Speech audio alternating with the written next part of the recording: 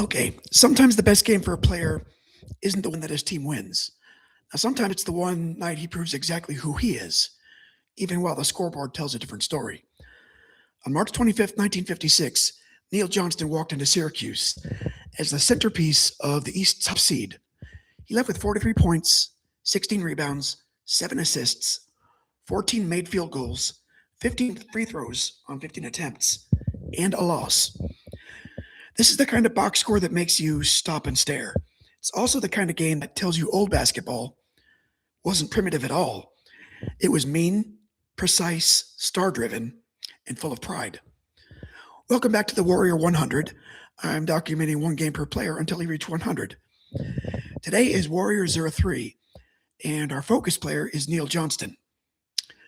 The game is March 25, 1956, Game 2 of the Eastern Division Finals, with the Philadelphia Warriors losing to the Syracuse Nationals 122 to 118 in Syracuse. Today's idea is this: greatness doesn't always look like control. Sometimes it looks like one man playing flawlessly, while the whole game falls apart. While the whole game falls apart around him anyway. Pardon me. Philadelphia comes in with the best record in the East at 45-27, coached by first-year boss George Sineski. Syracuse, meanwhile, comes in at 35-37, coached by Al Servey, and already carrying the hard edge of a defending champion that had to scrap just to get back into this round. The Warriors took Game 1, 109-87, so this isn't a casual stop on the schedule. This is the swing point where the favorite team tries to go up 2-0, and a champion tries to make the series real. So, what's the temperature in the room? Philadelphia should feel confident. This is the league's #1 team in the East, powered by Neil Johnston, Paul Arizin, and rookie Tom Gola. The season review later remembered them as a club driven by Arizin, Gola, and veteran Johnston, all the way to the title. Syracuse, though, not intimidated. The Nationals had already come through Boston in the first round, and they still had Dolph Shays, still had the home floor in Syracuse, and still had the muscle memory of winning the 1955 championship under Servey. Philadelphia might have the better record, but Syracuse has a sharper sense of urgency. Neil Johnston is one of those players that history almost misplaces. He was born in Chillicothe, Ohio, played at Ohio State, left school to sign a basketball contract with the Philadelphia Phillies, spent some time in the minor leagues, and only then found his real professional life in basketball. The Hall of Fame describes him as a devastating hook shot shooter, and that hook is really the whole thing here. He wasn't famous for noise or for glamour. He was famous for production. 3 straight scoring titles from 1953 through 1955. The 1955 rebounding title and league leading field goal percentage in 1953, 56, and 57. By the time this game is played, Johnston's already one of the defining big men of the decade, even if later fame sometimes skips over him. Now, there's something perfect about Johnston for this project because he's both famous and forgotten. The Philadelphia Inquirer called attention to that contradiction a few decades later. Here's a player who won a title. He made 6 All-Star teams and dominated the era. Yet somehow he faded from common memory. One explanation is timing. Johnston lands between George Mikan and Wilt Chamberlain, which is brutally, historically, to live if you want people to remember your name. But on this night, none of that matters. On this night, he's not forgotten at all. He's the axis of the whole game. Now, the coaches are worth a stop here because they tell you what kind of fight this is. George Sineski isn't an outsider tactician dropped into Philadelphia. He was a former guard for the Warriors, a consensus All-American at St. Joseph's, the college leading scorer in 1943, and a man who won a title with the Warriors as a player before winning one as a coach in 1956. He's a Philadelphia basketball lifer, coaching a Philadelphia team that believes it should be the last team standing. Across from him is Al Digger Servey, a Hall of Famer, a hard-nosed old pro whose whole biography leans on the same words everyone uses about him: scrappy, hustling, leadership, edge. Servey had been a player coach in Syracuse, then full-time coach, and he had already pushed the Nats to the 1955 NBA title. So this game isn't just stars versus stars. It's two very different basketball temperaments staring at each other. Sineski's polished Philadelphia skill against Servy's old fighter Syracuse stubbornness. And the floor is loaded. For Philadelphia, you have future Hall of Famers Neil Johnston, Paul Horizon, and Tom Gola. For Syracuse, you have Dolph Schayes and also Earl Lloyd, whose place in basketball history is secure as the first African-American to play in an NBA game, and later, a Hall of Famer himself. So even before you get to the score, this is a game crowded with names that still echo. The rivalry itself is ugly in the right way. These are Eastern Division teams that have been knocking into each other for years. By 1956, Syracuse has already been a real postseason obstacle for Philadelphia in earlier postseason meetings. There's also a long-term ghost story hanging over it. The Syracuse Nationals eventually moved to Philadelphia and become the 76ers, which means this rivalry is weirdly both Philadelphia versus Syracuse, and in the long run, one Philadelphia team grinding against another.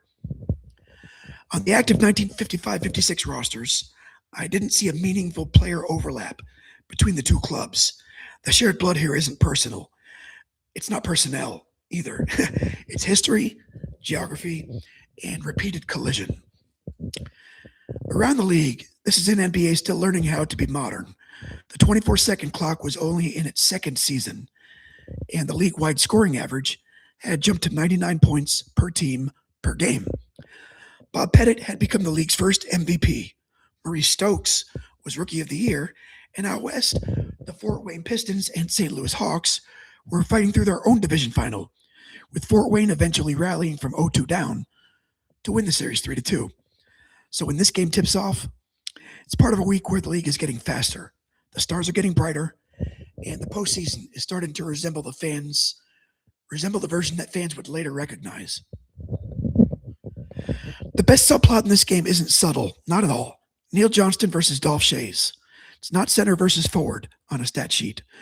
This is one of the era's great interior scorers against one of the era's great all-around front court stars. Johnston is a smoother scoring machine, a hookshot executioner. Schayes is durable, ingenious, relentless counterpuncher. He's the Syracuse star who did everything, and it's been 15 seasons with the franchise. If you're trying to sell 1950s basketball to someone who thinks it's all set shots, dust, and black and white, start here.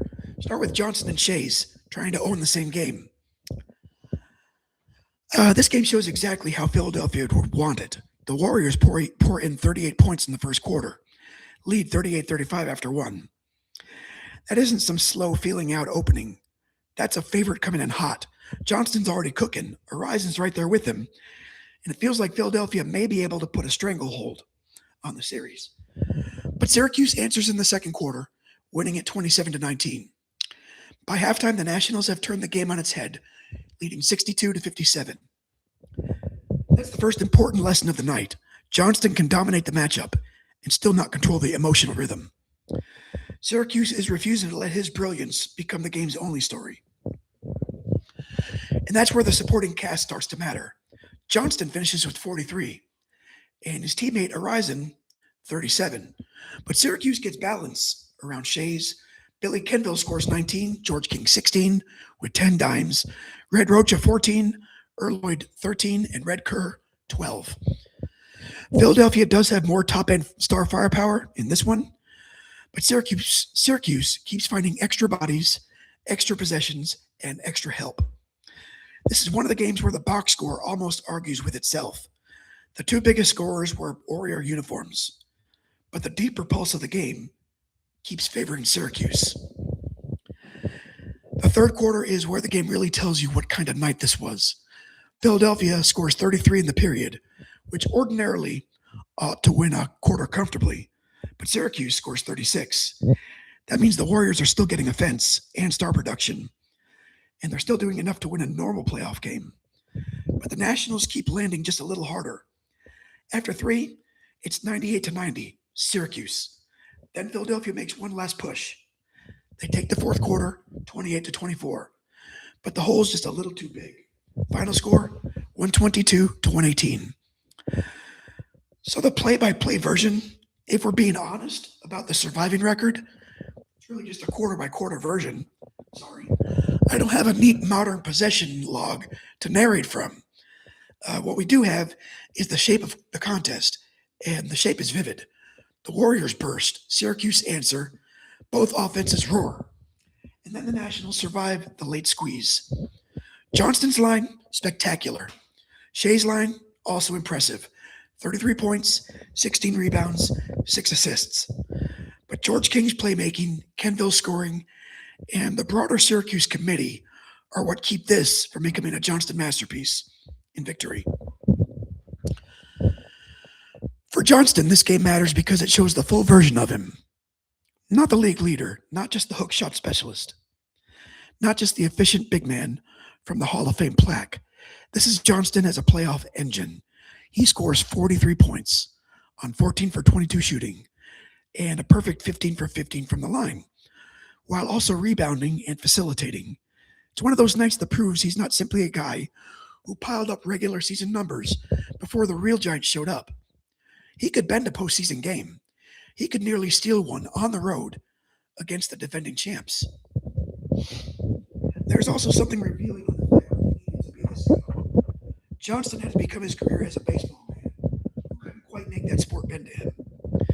Basketball became a place where his awkwardness turned into advantage. The Inquirer remembered Eddie Gottlieb once noted Johnston could look like his left leg knew where his right one leg was going some of the time. But that odd body housed one of the deadliest hook shots in basketball. This game is Johnston at his most Johnston, not flashy or mythic in the way later superstars would be, just devastatingly effective. For Syracuse, this game means survival. Lose here, you're down 0-2 to the team, the best team in the East. Win it, the series becomes a real fight. That's exactly what happens. The Nationals don't merely keep the season alive. They drag Philadelphia into a longer, nastier series than the Warriors wanted. For Philadelphia, this game's a warning. You may be better. You may even be the champions at some point, but you're not going to stroll through Syracuse. And that's why this game is important, even though Philadelphia goes on to win the war. Championship stories are usually told as clean ascents, but they aren't. They're full of nights like this, where the favorite looks mortal and has to decide whether it's offended by the change or broken by it. Philadelphia turns out to be offended. Syracuse turns out to be real. That combination gives you a series worth remembering. And this is where I think this game in particular, can make a new basketball fan out of somebody who likes baseball. Because it contains the eternal version of the sport. A dominant star, a rival star, a home crowd, and a series that suddenly changes temperature. It has a box score that says one thing and a final score that says something else. You see Johnston drop 43 and think, well, how did they lose? Then you look again and realize this is exactly why basketball can get under your skin. One man can be incredible and still need the rest of the machine. The game is trapped. The game is individual genius, trapped inside team consequence. That's basketball in one sentence. One paper described Johnston as the man who sank 14 field goals and 15 straight free throws and said he broke Dolph Shea's local scoring mark of 41 in the process. That's the old newspaper voice I love, factual, impressed, and just a little breathless. And it tells you what the morning felt like. Even in defeat, Johnston was impossible to ignore. But the same papers also knew what mattered most. Syracuse had tied the series. That's the dual mood of the aftermath. Philadelphia leaves with the biggest individual performance, but Syracuse leaves with the game. If you're a Warriors fan, you probably tell yourself, we'll be fine. If you're a Nationals fan, you tell yourself, good. Now they know they're in a fight. Both readings are correct. Then the season keeps proving both teams right. Syracuse is tough enough to force this thing all the way to 5 games. Philadelphia wins Game 3, 119-96, loses Game 4, 108-104, then closes the series in Game 5, 109-104. After that, the Warriors move on to the finals and beat the Fort Wayne Pistons 4-1 to win the championship. So this loss doesn't derail Philadelphia. It sharpens them. Meanwhile, Syracuse's title defense ends here, in 5 games, but not in disgrace. They push the top seed and make the East champions earn it. For Johnston personally, the larger arc after this game is both triumphant and a little sad. In the short term, he gets the reward, the 1956 championship. In the big picture, he remains one of the decade's defining centers, a 6-time All-Star, and a player who led the league in scoring, rebounding, and shooting efficiency at different points of his career. Then his body gives way. A knee injury in 1958 effectively ends his career too early. He's done as a major player by the age of 30. After that, he coaches the Warriors, later coaches the Pittsburgh Reds and the Wilmington Blue Bombers. He eventually dies far too early, at 49, after suffering a heart attack playing basketball in Texas. That early death and that awkward historical timing are part of why Johnston slips from easy memory. But this game helps fix that, at least a little bit. Because if you sit with March 25th, 1956 for long enough, you stop seeing Johnston as a footnote between Mikan and Chamberlain. You see him as what he was, a nightmare matchup, a champion, and one of the sport's real early stars. Next time we jump sports in decades, from a 1956 Eastern Division street fight in Syracuse to Astro 28, Craig Reynolds. Where is Craig Reynolds? There he is, episode 28. Different stakes, different rhythm, different uniform. Same project idea. Find one player, find one game. Stay there long enough for the world around it to come into focus. So that was Warrior 3, Neil Johnston, March 25, 1956. A loss, yes, but also a reminder, some of the best single-game portraits do not end with the handshake line. Sometimes, the right game is the one that exposes both the player's greatness and the sport's refusal to belong to one man. And that's why Neil Johnston belongs here this early in the run. If you're watching, thanks for watching, and I'll see you next time.